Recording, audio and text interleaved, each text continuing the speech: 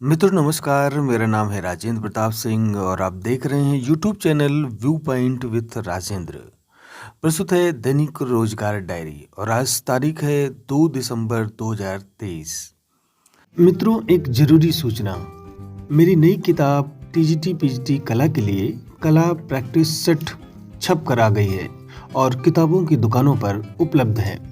इसमें कुल 25 प्रश्न पत्रों का सेट है जिसमें 3000 से अधिक वस्तुनिष्ठ प्रश्नों का संकलन प्रमाणिक पुस्तकों, समसामयिक कला पत्रिकाओं तथा विभिन्न आयोगों व चयन बोर्डों द्वारा विगत वर्षों में पूछे गए प्रश्नों के आधार पर तैयार किया गया है। यह पुस्तक किताबों की दुकानों पर उपलब्ध है, साथ ही अमेजॉन और फ्लिपकार्ट पर भी उपलब्ध है, तो आप इस पुस्तक को लेकर जरूर अभ्यास करें। आज की जो सबसे अच्छी खबर एलटी अभ्यर्थियों के लिए है, जो लोग लोक सेवा आयोग की एलटी की परीक्षा में बैठना चाहते थे, उनके लिए एक गुड न्यूज़ ये है कि इसका जो विवाद था अहर्ता वो सुलझ गया है। राजकीय माध्यमिक विद्यालयों में यानी कि सहायक अध्यापक के जो पद थे एलटी एवं प्रवक्ता के 5000 से ज़्यादा पदों पर भर्ती के समकक्ष अहर्ता विवाद के कारण फंसी हुई थी। इसके पहले भर्ती के लिए भेजा गया अध्याचन उत्तर प्रदेश लोक सेवा आयोग के द्वारा लौटा दिए जाने के बाद निदेशालय ने समकक्ष अहर्ता निर्धारित कर शासन को भेज दिया है। इससे भर्ती का रास्ता साफ हो गया है। शासन से इस संबंध में पत्र मिलने के बाद लोक सेवा आयोग के द्वारा भर्ती विज्ञापन जारी किया जाएगा। राजकीय माध्यमिक विद्यालयों की एलटी एवं प्रवक्ता भर्ती के कई विषयों के मामले में समकक्ष अहर्ता विवाद के कारण हाईकोर्ट पहुंचे थे। इस कारण भर्ती प्रक्रिया बाधित हुई थी। हाईकोर्ट की टिप्पणी के बाद उत्तर प्रदेश लोक सेवा आयोग की ओर से शिक्षा निदेशालय को समकक्ष अहर्ता स्पष्ट करने के लिए पत्र लिखा गया। इसी के साथ भर्ती के लिए एलटी एवं प्रवक्ता के करीब 5000 पदों का अध्याचन लौटा दिया गया था। एलटी पद पर जैसे कि हिंदी, अंग्रेजी, कला, कंप्यूटर, जीव विज्ञान, संस्कृत, उर्दू विषय में यह विवाद था। इसी तरह प्रवक्ता पद पर इतिहास, संस्कृति, फारसी, शारीरिक अनुदेशक, व्यायाम, गृह विज्ञान, संगीत, कला और उर्दू विषय में समकक्ष अहर्ता विवाद था। ऐसे में शासन ने समिति गठित कर समकक्ष अहर्ता विवाद का निस्तारण कराया। निदेशालय ने समकक्ष अहर्ता स्पष्ट करते हुए शासन को पत्र भेज दिया है और अब अहर्ता स्पष्ट हो जाने पर संशोधित अहर्ता संबंधी पत्र आयोग को शासन की ओर से भेजा जाएगा, जिसके बाद भर्ती की प्रक्रिया शुरू हो सकेगी। इस तरह करीब 3 साल से प्रतीक्षा कर रहे अभ्यर्थियों को अब एलटी की भर्ती जल्दी आने की उम्मीद है। बिहार से एक बड़ी अच्छी सी खबर है कि जो बिहार पीसीएस की परीक्षा है वो हर साल 30 सितंबर को प्रारंभिक परीक्षा होगी। आइए जानते हैं इसके बारे में पूरी डिटेल में जानकारी। बिहार लोक सेवा आयोग बीपीएससी हर साल 30 सितंबर को संयुक्त प्रतियोगिता परीक्षा यानी सीसीई पीटी और हर साल जनवरी के पहले सप्ताह में मुख्य परीक्षा आयोजित करने की योजना बना रहा है। यह जानकारी आयोग के अध्यक्ष अतुल प्रसाद ने शुक्रवार को एक्स पोस्ट पर दी। उन्होंने इसकी जानकारी साझा की और बताया कि 69वीं सीसीई मुख्य परीक्षा जो है वो 3 से 7 जनवरी 2024 को आयोजित होगी और फिर उसके बाद अगली जो परीक्षा पीसीएस की रहेगी वो 70वीं सीसीई पीटी वो 30 सितंबर को आयोजित होने की पूरी संभावना है।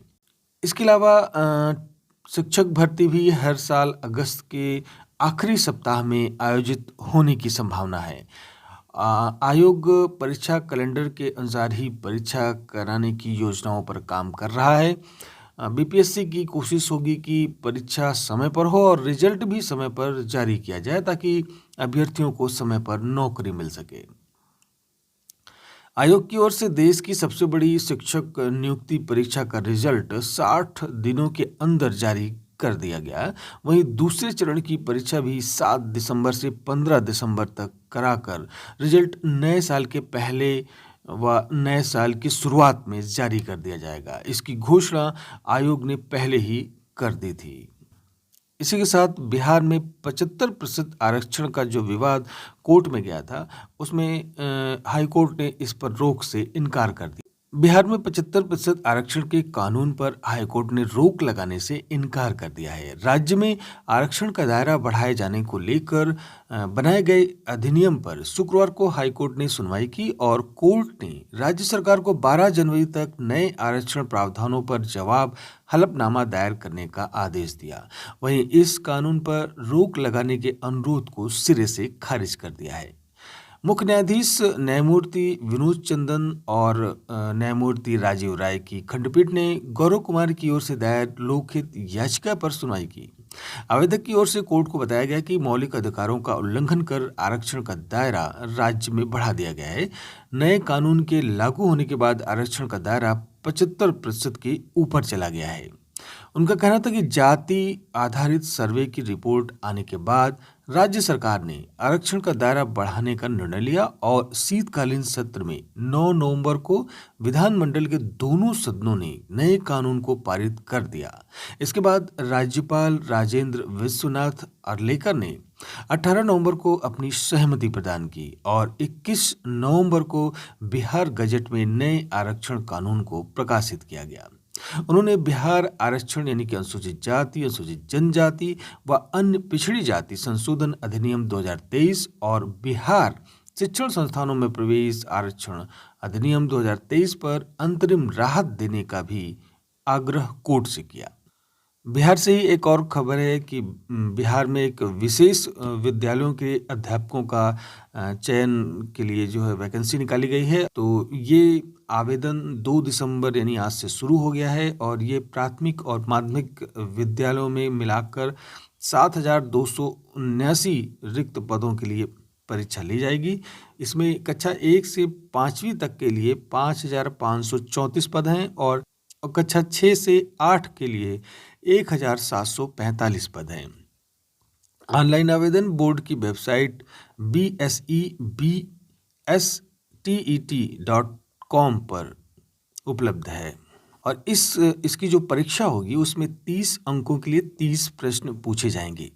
इनमें बाल विकास एवं शिक्षा शास्त्र, भाषा यानी हिंदी, उर्दू, बांग्ला में से और दूसरी भाषा अंग्रेजी, गणित एवं पर्यावरण विषय होंगे और वही द्वितीय प्रश्न पत्र में गणित, विज्ञान एवं अथवा सामाजिक विज्ञान के 60 अंकों के लिए 60 प्रश्न पूछे जाएंगे।